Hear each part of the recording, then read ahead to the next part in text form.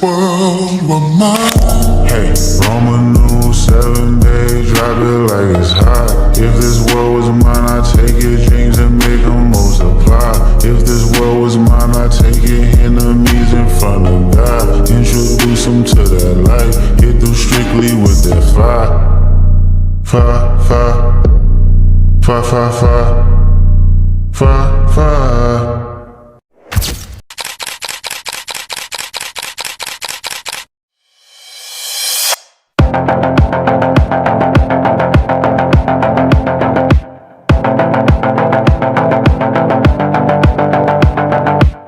Kapan terakhir kali kamu dapat tertidur tenang?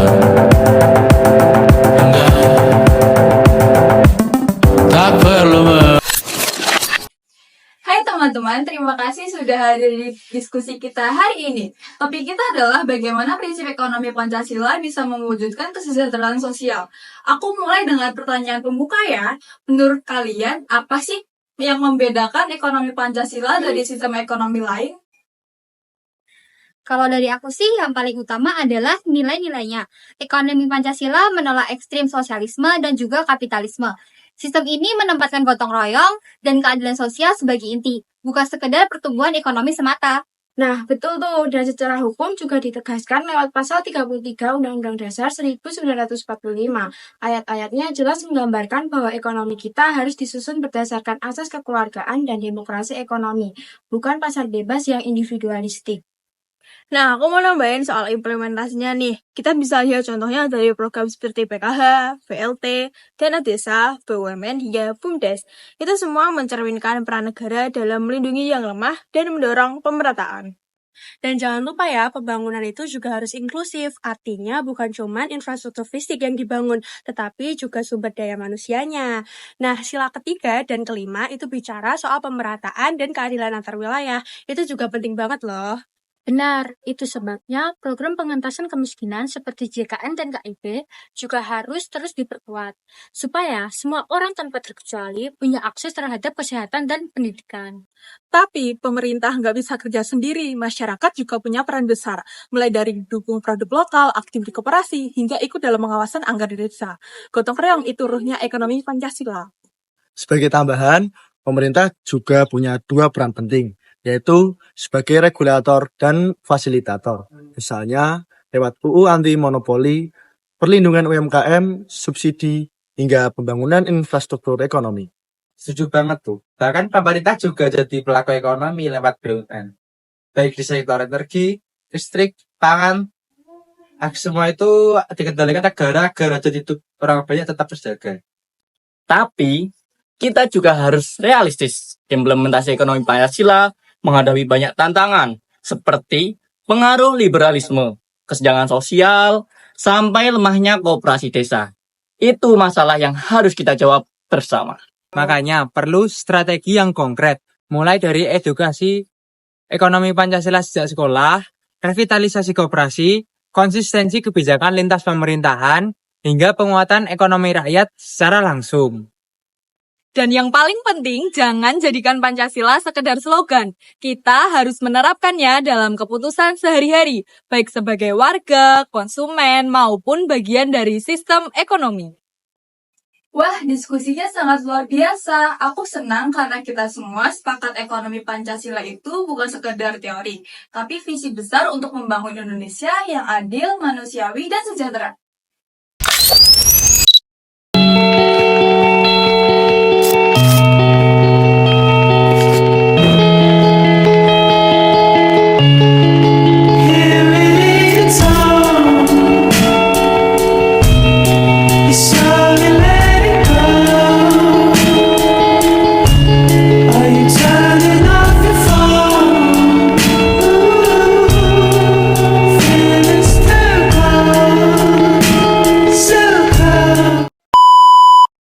Halo semuanya, selamat datang di video kelompok kami yang berjudul Mewujudkan Kesejahteraan Sosial melalui Prinsip Ekonomi Berlandaskan Pancasila. Sebagai bangsa Indonesia, tentu kita tahu bahwa Pancasila adalah dasar negara dan panduan moral di kehidupan kita. Namun, tahukah teman-teman bahwa Pancasila juga menjadi fondasi penting dalam membentuk arah kebijakan ekonomi Indonesia? Melalui video ini, kami akan mengajak kalian semua untuk memahami.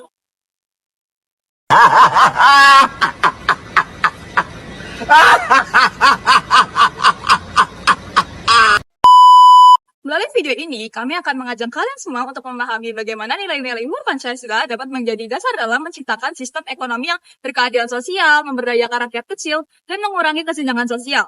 Kami menyusun naskah ini berdasarkan makalah kelompok kami yang membahas konsep ekonomi Pancasila, peran pemerintah, dan masyarakat, serta tantangan yang kita hadapi dalam implementasinya. Mari kita simak bersama-sama.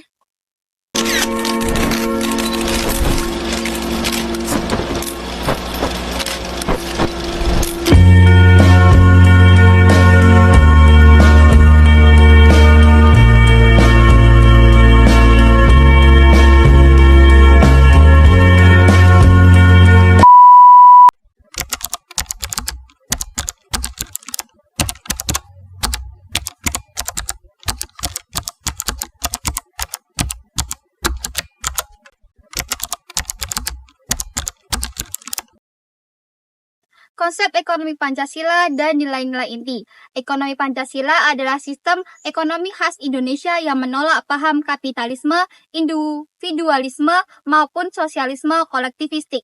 Sistem ini bertumbuh pada demokrasi ekonomi, gotong royong, dan keadilan sosial. Tujuannya bukan hanya untuk pertumbuhan ekonomi, tetapi juga pemerataan hasil pembangunan, perlindungan terhadap yang lemah, dan pemberdayaan ekonomi rakyat.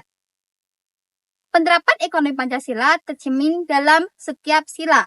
Sila pertama, mengedepankan moralitas dan etika dalam bisnis. Sila kedua, menjunjung hak dan martabat pekerja. Sila ketiga, mendorong kesatuan melalui pembangunan yang merata. Sila keempat, melibatkan masyarakat dalam pengambilan kebijakan. Sila kelima, menciptakan keadilan sosial dan distribusi sumber daya. Dengan nilai-nilai ini, kita membangun sistem ekonomi yang manusiawi, adil, dan berkelanjutan.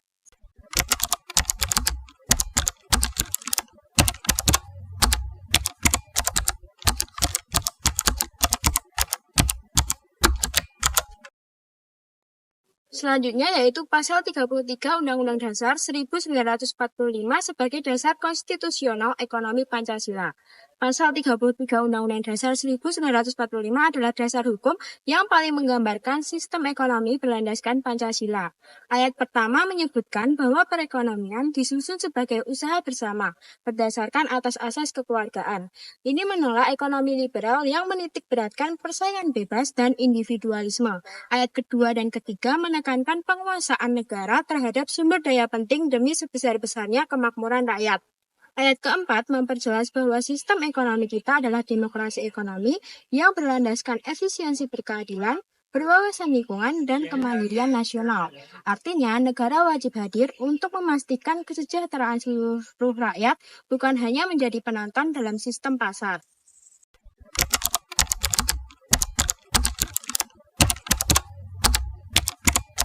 Kebijakan ekonomi Pancasila di Indonesia.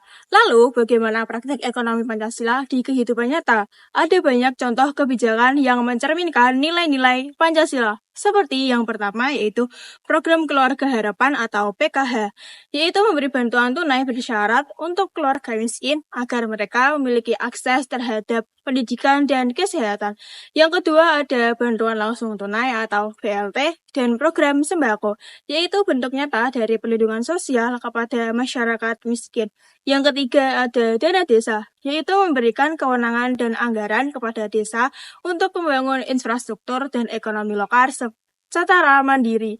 Yang keempat ada BUMN dan BUMDes, yaitu sebagai sarana negara dan desa dalam mengolah cabang-cabang produksi penting dan memberi manfaat bagi masyarakat secara luas.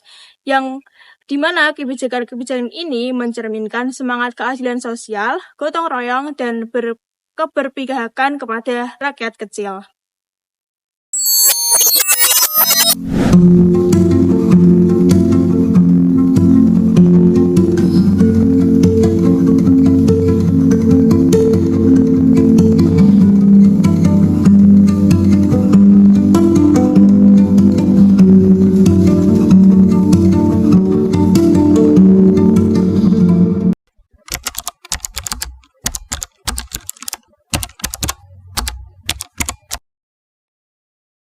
yang selanjutnya ada pembangunan yang berbasis nilai Pancasila untuk pemerataan kesejahteraan. Nah, pembangunan itu bukan hanya soal angka pertumbuhan ekonomi, tetapi dalam perspektif Pancasila, pembangunan harus berorientasi pada manusia dan membangun dari dan untuk rakyat. Misalnya pembangunan infrastruktur yang harus merata dan tidak berpusat di kota-kota besar.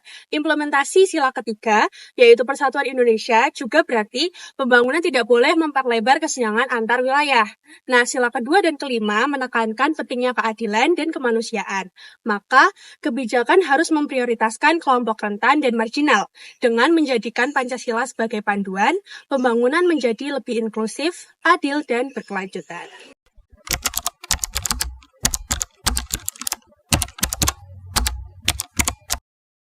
Selanjutnya, ada program pengentasan kemiskinan yang berbasis pada Pancasila.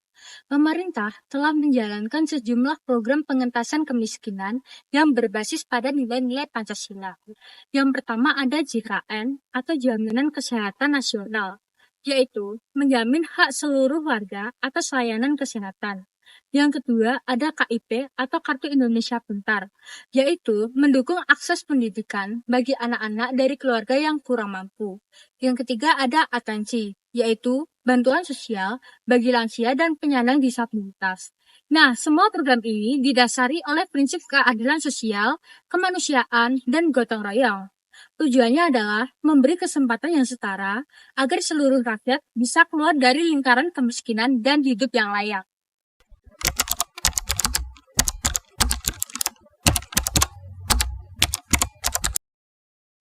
Yang selanjutnya adalah peran aktif masyarakat dalam ekonomi Pancasila.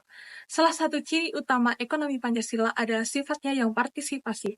Artinya, tanggung jawab membangun ekonomi tidak hanya berada di tangan pemerintah, tetapi juga di tangan masyarakat sebagai aktor utama. Masyarakat bukan hanya penerima manfaat, tapi juga penggerak perubahan. Ada beberapa cara nyata di mana masyarakat dapat berkontribusi secara aktif. Pertama, dengan meningkatkan literasi ekonomi berbasis Pancasila.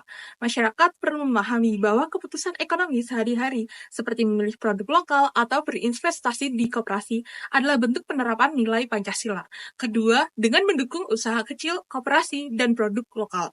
UMKM adalah tulang punggung perekonomian nasional. Ketika kita memilih produk dalam negeri, kita mendukung lapangan kerja dan ekonomi lokal. Ketiga, masyarakat bisa aktif dalam BUMDes, Bumi Desa, dan Koperasi Desa. Dalam kelembagaan ekonomi lokal, ini adalah wujud demokrasi ekonomi, di mana keuntungan dikelola dan dinikmati secara kolektif kan individu. Keempat, masyarakat harus terlibat dalam proses pengawasan kebijakan publik. Gotong royong bukan hanya soal tenaga kerja, tapi juga soal suara dan kontrol sosial. Dengan mengawasi anggaran desa, program bantuan, dan jalannya proyek publik, masyarakat membantu mencegah penyalahgunaan kekuasaan. Ekonomi Pancasila akan menjadi kuat apabila masyarakat sadar bahwa mereka bukan hanya objek, tapi subjek pembangunan.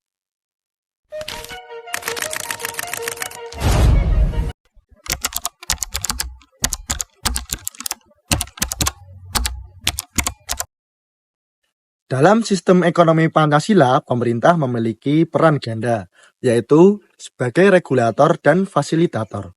Sebagai regulator, pemerintah bertugas membuat aturan main yang adil. Misalnya, Undang-Undang Anti Monopoli yang terdapat pada Undang-Undang Nomor 5 Tahun 1999 dan Regulasi Perlindungan UMKM. Pemerintah juga menjaga stabilitas harga dan mengatur subsidi agar daya beli rakyat tetap terjaga. Lalu sebagai fasilitator, pemerintah membantu rakyat melalui penyediaan infrastruktur, akses kredit, pelatihan, dan pengembangan sumber daya manusia. Semua itu bertujuan membuka akses ekonomi seluas-luasnya tanpa diskriminasi, sejalan dengan sila kelima Pancasila, yaitu keadilan sosial bagi seluruh rakyat Indonesia.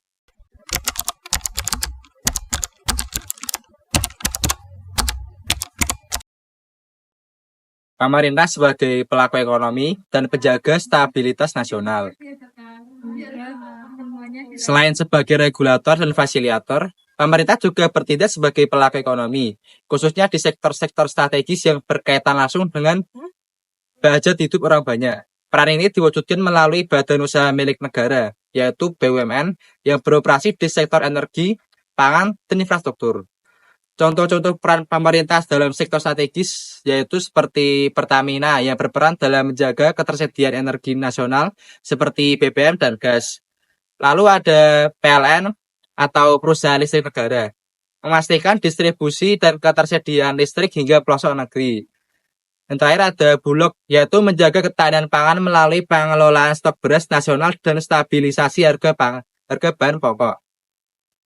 Pemerintah juga menjaga stabilitas makroekonomi dengan cara 1.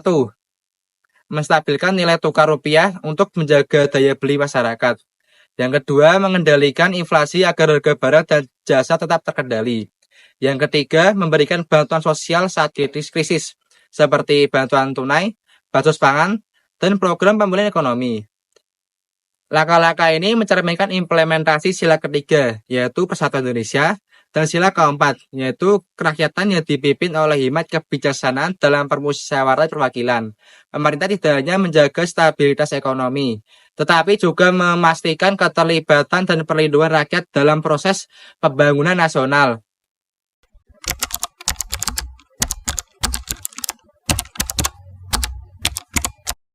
Tantangan implementasi ekonomi Pancasila. Meskipun sistem ekonomi Pancasila adalah ideal, pelaksanaannya tidak lepas dari tantangan besar. Pertama, pengaruh neoliberalisme telah membuat ekonomi cenderung liberal, meminggirkan peran koperasi dan UMKM. Kedua, kesenjangan sosial masih sangat tinggi. Segolongan kecil menguasai kekayaan nasional.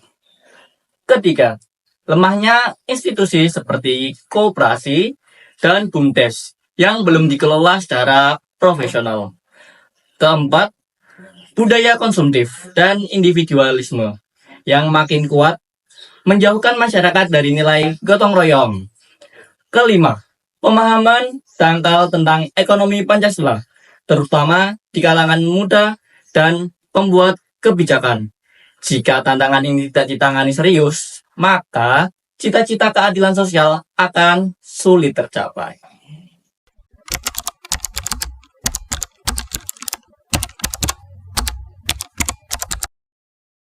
Solusi dan strategi menguatkan ekonomi Pancasila.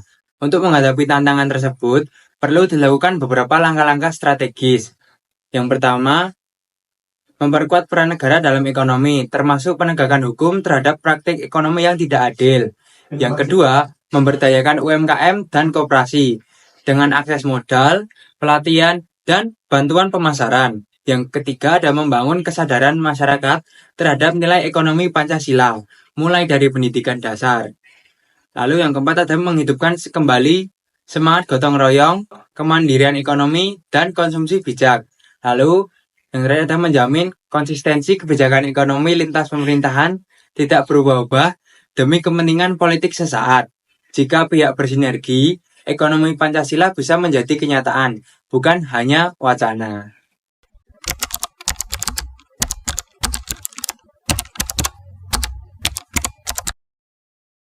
Nah, dari pemaparan materi teman-teman tadi, kesimpulannya bahwa sistem ekonomi Pancasila adalah jalan tengah yang ideal antara pasar bebas dan kontrol total negara. Dengan menempatkan manusia sebagai pusat pembangunan dan gotong royong sebagai semangat dasar, sistem ini mampu menciptakan kesejahteraan yang berkelanjutan. Namun, mewujudkan itu semua butuh kerja keras dan kolaborasi nyata antara pemerintah, masyarakat, dunia usaha, dan akademisi. Harapan kami, semoga nilai-nilai Pancasila tidak hanya dijadikan sebagai jargon, tetapi benar-benar diwujudkan dalam program nyata, berpihak pada rakyat kecil, dan memberi masa depan yang cerah untuk bangsa Indonesia.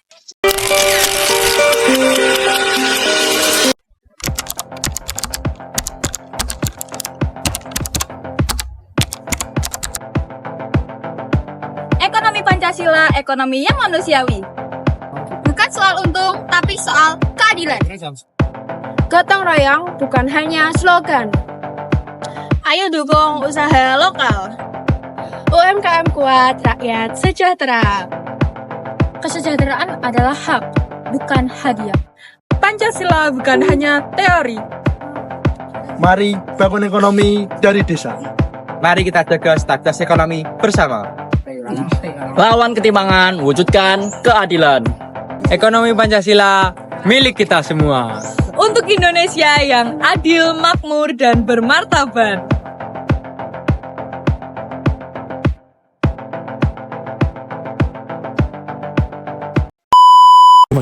Kembali mana, Yus? Absen. Absen. 17. F014 019. Hadir, Pak, hadir.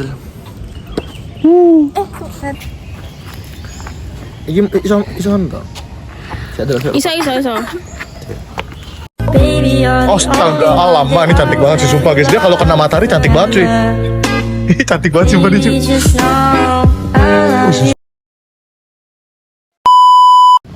Nah, betul tuh. Dan secara hukum juga Tapi tunggu dulu, jangan terburu-buru. Subsidi hingga pembangunan. Aku marah. Aku kesel. Sosial